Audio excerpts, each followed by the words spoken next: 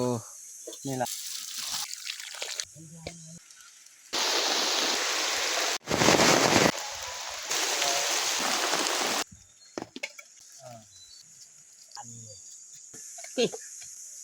ให้น้องแยกยศสาหะเรา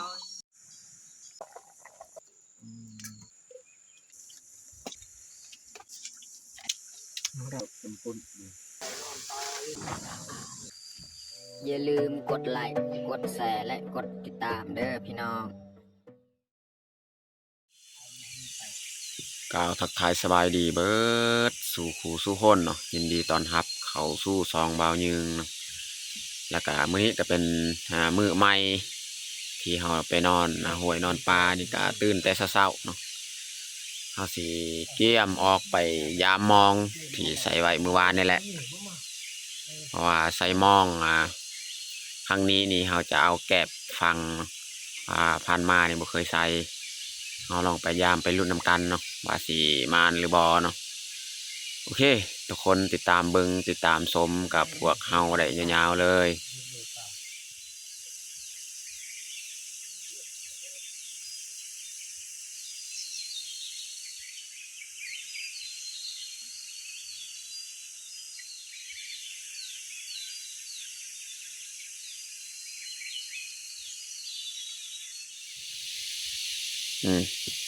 น้องแยกยังบ่ทันมื่นตาตื่นแต่นอนโอ้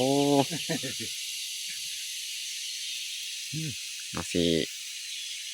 ลองไปยามเลยเนาะยังไงบ่เปลือกกาวาสีม่านบ่ไปยามมองมื้อนี้มาจักสกันพ่อแม่เลยจะได้กันไม่แต่รุ่นแล้วเพราะว่าเราได้พังแกบอยู่เมื่อวานนี่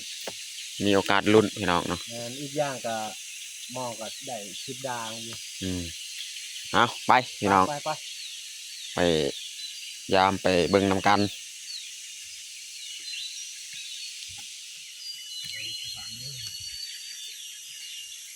ยันไปยามมองนี่บ่ได้ฮอดเฮ็ดแจวเฮ็ดจุจังหน่อยเนาะ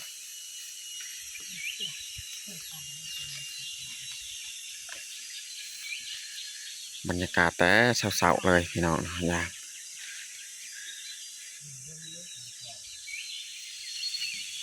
หลังนี้เป็นถือว่าตัวเล็กเนี่ยคนลังทำอิฐและบานนี่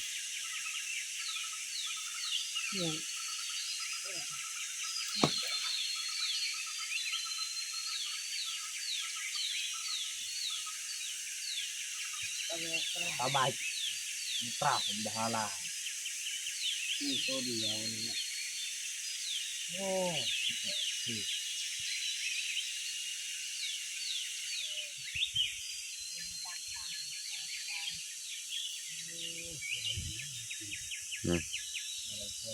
ลังอันนี้กับบ่ได้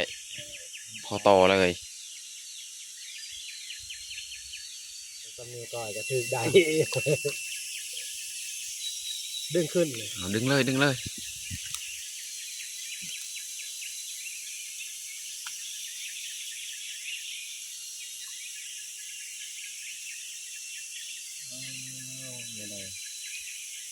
ได้แต่โตนึงนี่แหละ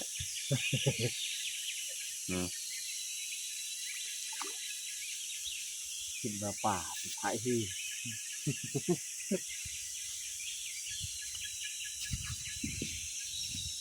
จังเลยดึงตัวเราแต่สดเลยนี่ป่าค่อนข้างใหญ่ที่สุดคนละปักพดได้หน่อยนะดังอันนี้แค่แน่พี่น้องเอ้ยสี่โตแล้วพดแล้วนานยืนสุดท้ายแต่ดังนี่แหละสี่โต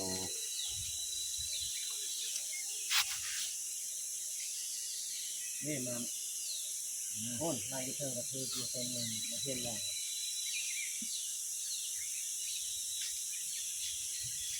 มีรุ่นเลยไล่ต่อแรกสี่แหละ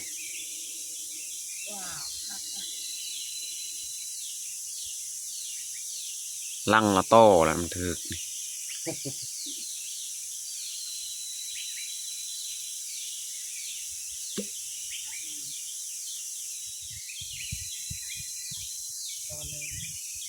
ไล่ต่อ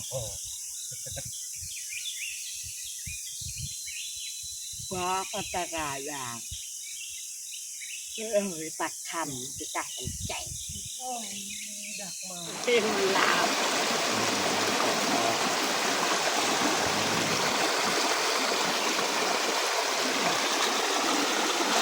เจะน้อยมันจะไปแกะออกปลาเนี่ยเขาล้างออกขี้ดินนี่ยังมันติดใส่มองนะได้ซ้ำเห็ดป้นเห็ดแจวอาหารเช้าพี่น้องเนาะ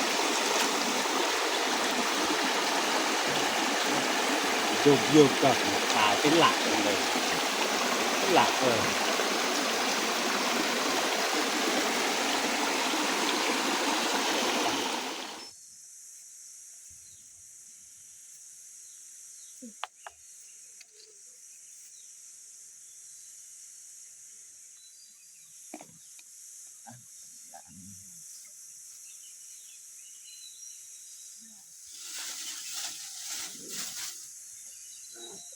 ข้าวเก่าอยากใส่ถุงยางเมื่อคืนนี้เขากินบ่เบิด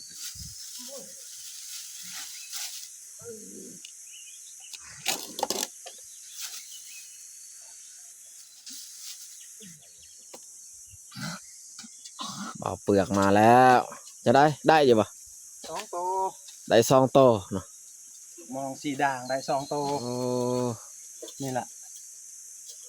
อันนี้แมนเฮาใส่ลุ่มที่พักเฮา แม่น เอาเปลือกไปยาม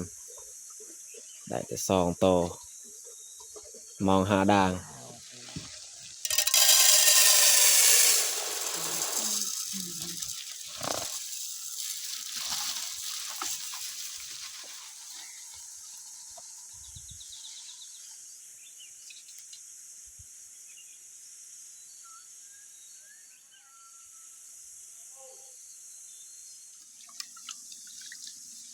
บางเรื่องดี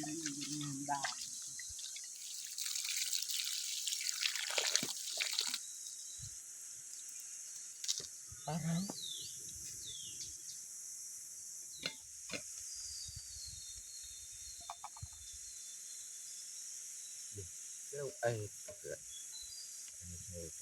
ใช่แววลายแต้มไปวันนี้ก่อนทำกรอบ ตอนนี้เฮาก็เอาฟืนเข้าอยู่ในกระต๊อบของเฮาเพราะว่าฝนมาแล้วพี่น้องเนาะนี่ฝนมาแล้ว โอ้ยเดี๋ยวอายุ นะ เดี๋ยวเฮาสิมาหุงข้าวต่ออยู่นี่อีกเนาะอืมฝนมาแล้วพี่น้องเอ้ย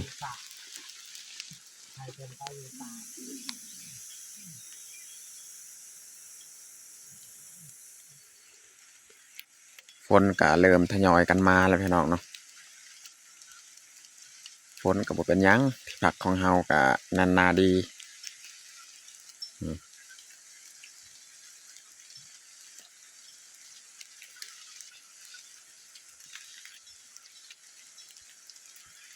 เราเล็กลำบากก่อน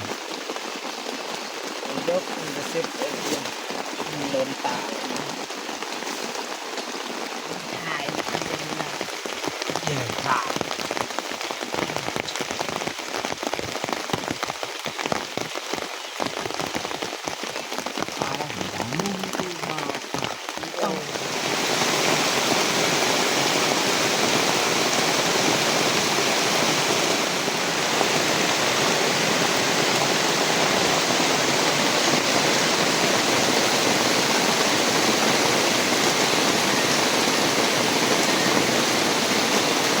ฝ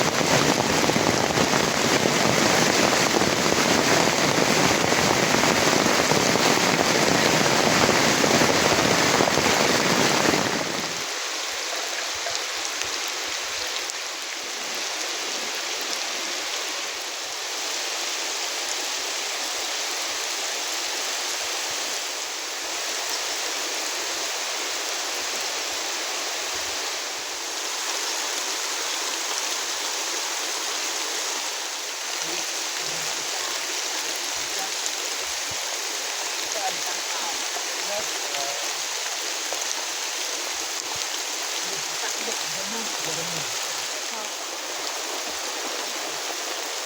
เรา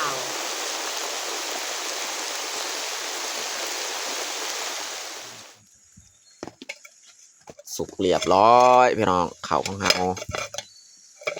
นี่พอดีฝนกาเสาตกและปัญญาสีออกไปแกะปลาอยู่ในมองหันยังบ่ทันได้แกะนะพี่น้องเนาะนี่ฝนกาเสาตกแล้วแต่ว่ายังอยู่ฝนฟอยหน่อยนึงเสียงฟ้าห้องนะสงสัยยังสิตกได้พี่น้องเอ้ยนี่แหละปลาที่ถึกมองของเฮานะ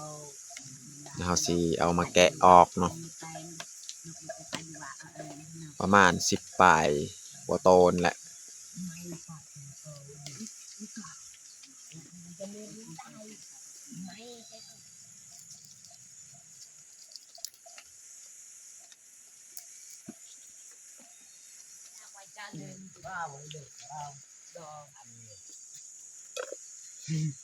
อีจอติงหมดเวล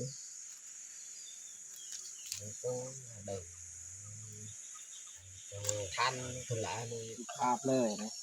กินพักอยู่ได้ สีมือใส่ได้ ใหญ่มากเขาอายุ18 ปีไปอยู่ภาคไทยดีกว่านั่งแง่เนาะ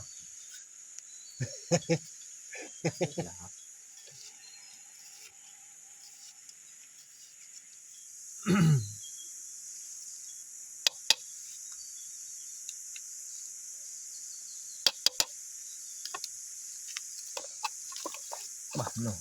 ใส่เอาเหใส่เลย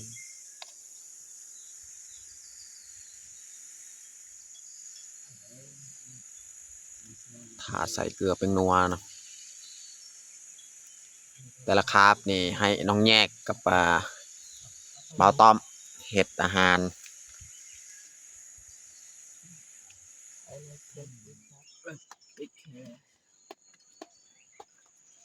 ยอดสาย ไปอันนี้นี่ไม่ไป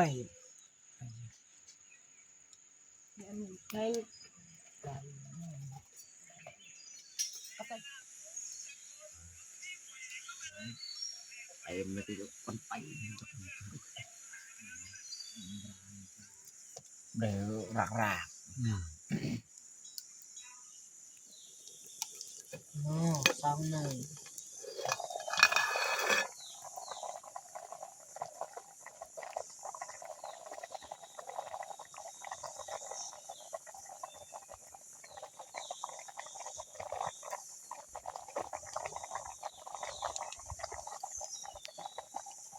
โอ้ยไหน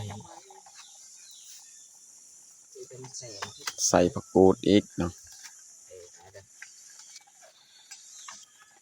โอ้ย อาเลงอะไรนะอาเลงยังไงอีอาเต่า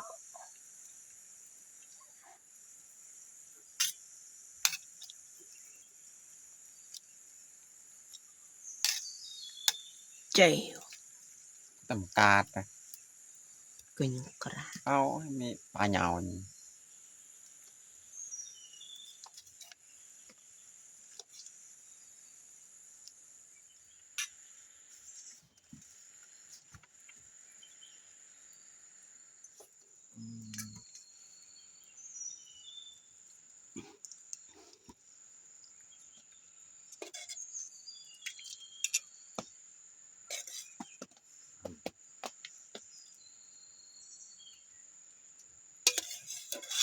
อะไรด่างกะจอด อะไร ด่างสดน้ำในอะไรสว่าง เอลัน tao mau je atau kau je kawas misi cor ketor jeng dek ni kau jika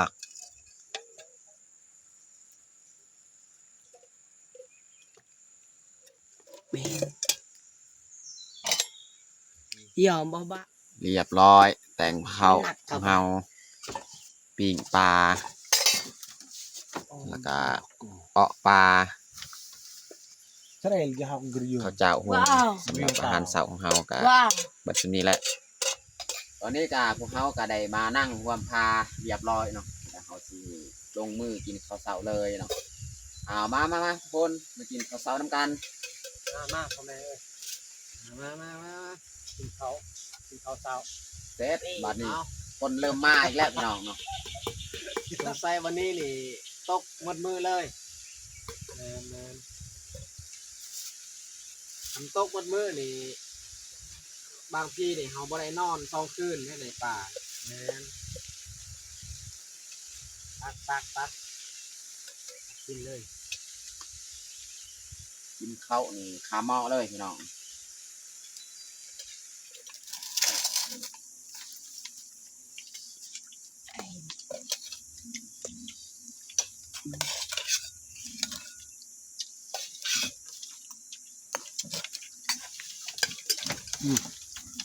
อันบกรี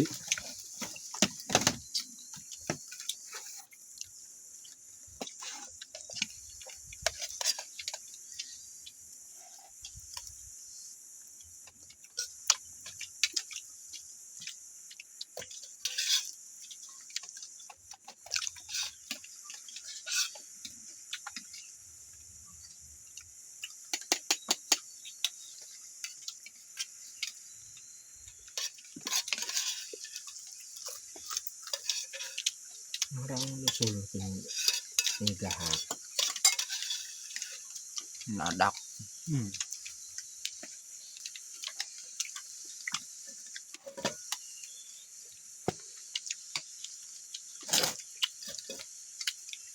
อะไร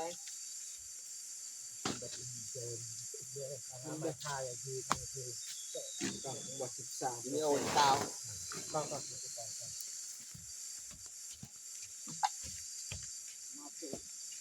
หลังจากที่เรากินเขาแล้ว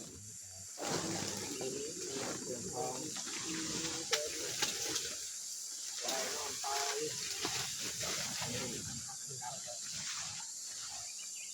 จกเลยไม่ได้ตัด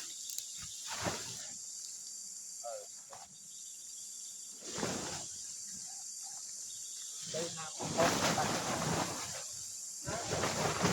น้ำเขาตัด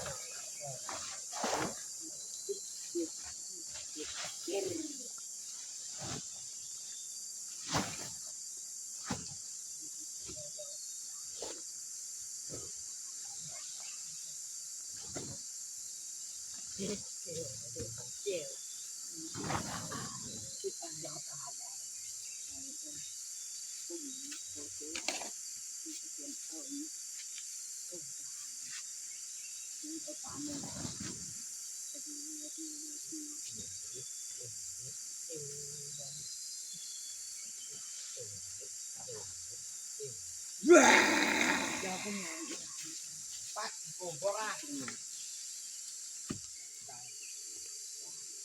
หลังจากเขากูพระบัตรเป็นยังเรียบร้อยเขาก็เมียนมัดเครื่องของต่างๆเกี่ยมกลับบ้านเลยพี่น้องเนาะเขาจะบ่ได้นอนต่ออีกเนาะปัญหาก็คือไฟแบตของเรามันบ่พอเนาะไฟแบตสีซากโทรศัพท์ก็เลยถ่ายคลิปนี่บ่เป็นพี่น้องก็เลยกลับบ้านโอกาสหน้าถ้ามีโอกาสก็สิได้หาอยู่หากินแบบนี้คือเก่าพี่น้องเนาะตอนนี้เราก็เดินทางกลับบ้าน đây đặt lao từ lần